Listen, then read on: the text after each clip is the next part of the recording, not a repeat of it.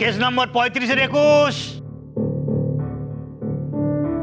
Your honour, আমি আজ শ্রী অনিন্দ সেনগুপ্তর মা শ্রীমতী পত্রলেখা সেনগুপ্তকে জিজ্ঞাসাবাদ করতে চাই আপনার অনুমতির অপেক্ষায়।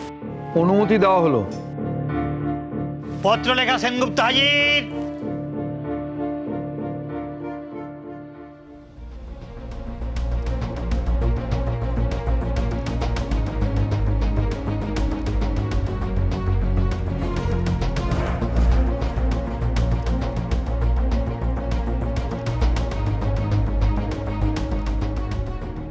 গীতা স্পর্শ করে বলুন, যাহা বলিব সত্য বলিব, সত্য বই মিথ্যা বলিব না। যাহা বলিব সত্য বলিব, সত্য বই মিথ্যা বলিব না। আপনার নাম? পত্রলেখা সেনগুপ্ত। আপনি 25 বছর ধরে শ্রীময়ী সেনগুপ্তর সঙ্গে সংসার করছেন, তাই তো? সংসার করার পর আপনি তিতিবিরক্ত হয়ে উঠেছিলেন, তাই আপনি জুনগোকে বলেছিলেন যে আপনার ছেলে শ্রীময়ী সেনগুপ্তর সঙ্গে বিবাহের ফলে সুখী নন, সুখী নন। আপনারাও সুখী নন, তাই আপনি জুনগোকে বলেছিলেন যে জুনগো যদি আপনার ছেলেকে বিবাহ করেন তাহলে আপনার ছেলে সুখী হবেন, আপনারাও সুখী হবেন, আর তার জন্য আপনি সব কিছু করতে রাজি আছেন। কি বলেছিলেন তো, না বলেননি? হ্যাঁ, বলেছিলাম। তার মানে আপনি শ্রীময়ী সেনগুপ্তর সঙ্গে 25 বছর থেকে একদম বীতশ্রদ্ধ হয়ে গিয়েছিলেন এবং জুনগুকে দেখার পর আপনার মনে হয়েছিল যে জুনগু আপনার আদর্শ পুত্রবধূ হতে পারে, তাই তো? হ্যাঁ, সেদিন তো তাই মনে হয়েছিল। সেদিন তাই মনে হয়েছিল, তা মনে হওয়াটা পরে হারিয়ে গেল কি করে? তার পেছনে অনেক কারণ আছে। সে কারণ থাকতে হয়তো জুনগুকে কাছ থেকে দেখে আপনার মনে হয়েছে যে জুনগুকে আগে আপনি যা ভাবতেন জুনগু আসলে তা নয়, কিন্তু তার মানে তো এই নয় যে শ্রীময়ী সেনগুপ্তর হঠাৎ নাম্বার বেড়ে গেল, হঠাৎ শ্রীময়ী সেনগুপ্ত আপনার অত্যন্ত কাছের মানুষ হয়ে উঠলেন, এরকম তো হতে পারে না। 25 বছর ধরে যাকে আপনি বুঝেছিলেন সেই বোঝাটাও হয়তো ভুল ছিল না। 25 বছর পরে হঠাৎ আপনার মনে হয় যদি যে শ্রীময়ী সেনগুপ্তর মতন মানুষ আর হয় না, আমার মনে হয় সেটাই আপনার ভুল বোঝা। এখন বলুন শ্রীময়ী সেনগুপ্ত সম্পর্কে আপনি কি ভাবছেন? অবজেকশন ইওর অনার, আমার বিপক্ষীয় বন্ধু তো শুনলেন এতক্ষণ ধরে যে উনি শ্রীময়ী সেনগুপ্ত সম্পর্কে কি ধারণা পোষণ করেন, তাহলে আবার জিজ্ঞেস করছেন কেন? আমার বিপক্ষীয় বন্ধু সাক্ষ্য গ্রহণের জন্য এসেছেন, কিন্তু ওনার বেশি উৎসাহ প্রশ্ন করায় নয়, ওনার বেশি উৎসাহ হচ্ছে উত্তরগুলো নিজের মতো করে সাজিয়ে নেওয়ায়।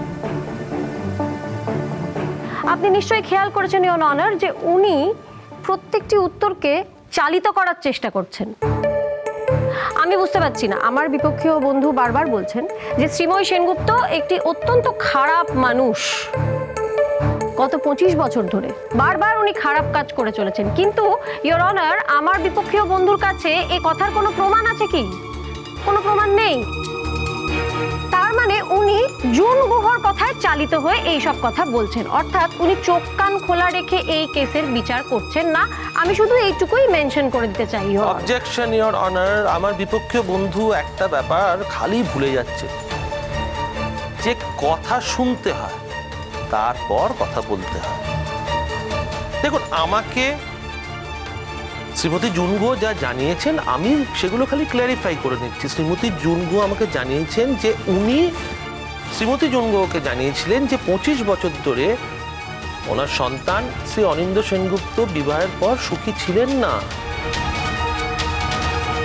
আমি ওনাকে সেগুলো জিজ্ঞেস করছি, ওনার মুখ থেকে সেগুলো জানতে চাইছি যে আমাকে জুনগো যেগুলো বলেছিলেন সেগুলো সঠিক কিনা।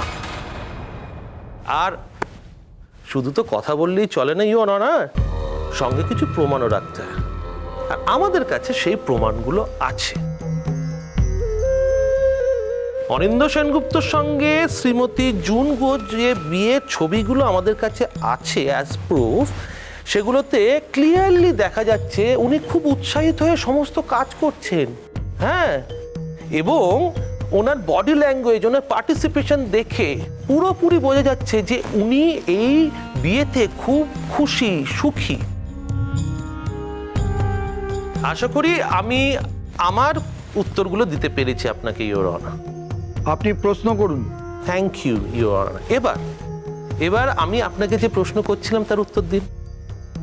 25 বছর ধরে আমি আমার বৌমা শ্রীময়ী সেনগুপ্তর ওপর অসন্তুষ্ট ছিলাম, এ কথা ঠিকই। আপনি শ্রীময়ী সেনগুপ্ত সম্পর্কে ঠিক কথাটা ব্যবহার করুন। উনি এখন আপনার আর বৌমা নন, X5 প্রাক্তন স্ত্রী, আপনার ছেলের প্রাক্তন স্ত্রী শ্রীময়ী সেনগুপ্ত, এই কথাটা ব্যবহার করুন। আইনের কথা মাথায় রেখে যদি বলি তাহলে প্রাক্তন বৌমা বলাই উচিত, বা সেই বলে সম্বোধন করা উচিত।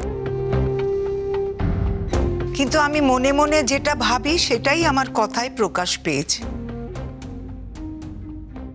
আমি মনে মনে তাকে বৌমার জায়গায় দিয়েছি। আমি আমার বড় ছেলের পুত্রবধূ হিসেবে তাকেই আমি স্বীকৃতি দিয়েছি। আপনি দ্বিচারিতা করছেন। আপনি 25 বছর ধরে ওনার প্রতি অসন্তুষ্ট ছিলেন, এই কথাটা কি মিথ্যে? না, মিথ্যে নয়। অসন্তুষ্ট হওয়ার নিশ্চয়ই কোনো কারণ ছিল। সত্যি কথা বলতে গেলে অসন্তুষ্ট হওয়ার মতো কোনো কারণ ছিল না। ওই যে ওই মেয়েটি ওখানে শুকনো মুখে বসে আছে, সে চিরকাল এরকম শুকনো মুখে আমার পায়ে পায়ে ঘুরেছে, আর এটাই হয়তো তার ভুল হয়েছিল। যে মানুষ অন্যের ভালোবাসা পাওয়ার জন্য, অন্যের স্নেহ মমতা পাওয়ার জন্য পায়ে পায়ে ঘোরে, তাকেই হয়তো আমরা হাতের পাঁচ বলে মনে করি। বৌমার মতো বাধ্য মেয়ে, বৌমার মতো ভদ্র মেয়ে, বৌমার মতো সভ্য মেয়ে, এরকম কর্তব্যপরায়ণ মেয়ে আমি আমার জীবনে কখনো দেখিনি কো। আজ আমার স্বীকার করতে দ্বিধা নেই, আমি যা সংসারের জন্য কখনো পারিনি কো, আমার বৌমা সব তাই করেছে, সব তাই করেছে। আর সেই জন্যই বোধহয় ভেতরে ভেতরে আমার একটা লড়াই ছিল বৌমার সঙ্গে। প্রত্যেক মুহূর্তে মনে হতো কি জানেন, যে বৌমা বোধহয় আমাকে হারিয়ে দিচ্ছে। কিন্তু বৌমা কোনো দিন আমার সঙ্গে কোনো প্রতিযোগিতায় নামেনি কো। অথচ এই কথা আমার মনে হতো বৌমা বোধহয় আমার সঙ্গে প্রতিযোগিতা করছে। আর এই কথা মনে হতো বলেই বৌমার প্রতি আমি অসন্তুষ্ট হয়ে পড়তাম। তারপর আপনার হঠাৎ করে মনে হলো আপনার 25 বছর ধরে চলা লড়াইটা শেষ, আপনার বৌমা আপনাকে জিতিয়ে দিয়েছে। হ্যাঁ, 25 বছর পর যখন জুন গুহ আমার ছেলের জীবনে এলো, হ্যাঁ, জুন গুহকে আনার জন্য আমার চেষ্টার কোনো ত্রুটি ছিল না। আমি অতখানি চেষ্টা না করলে হয়তো জুন গুহ এ বাড়িতে কোনোদিন ঢুকতেই পেত না। আর আমার জন্য বৌমা আজ কাঠগোড়ায় দাঁড়িয়ে আছে। ওর জীবনে যত রকম ধ্বংস, যত রকম বিপর্যয়, আমি মনে করি যে আমার জন্যই হয়েছে। তবে হ্যাঁ, সেদিন জুন গুহের সঙ্গে আমার ছেলের বিয়ের কথা শুনেছিলাম। তখন আমার মনে হয়েছিল এই প্রথম বোধহয় আমি শ্রীময়ী সেনগুপ্তকে জব্দ করতে পারলুম। আমি শুধু এইটুকু বুঝতে পারিনি কো যে আমি নিজে এতটা জব্দ হয়ে গেছি। আমি এইটুকু বুঝিনি তাকে জব্দ করতে গিয়ে আমি অনেক বেশি জব্দ হয়ে গেছি। হঠাৎ কি থেকে আপনার মনে হলো যে শ্রীময়ী সেনগুপ্তর মতন এত ভালো লক্ষ্মীমন্ত মেয়ে আপনার আর হতেই পারে না? ওই যে বললাম, বরাবরই শ্রীময়ী সেনগুপ্ত তার কর্তব্যে অবিচল।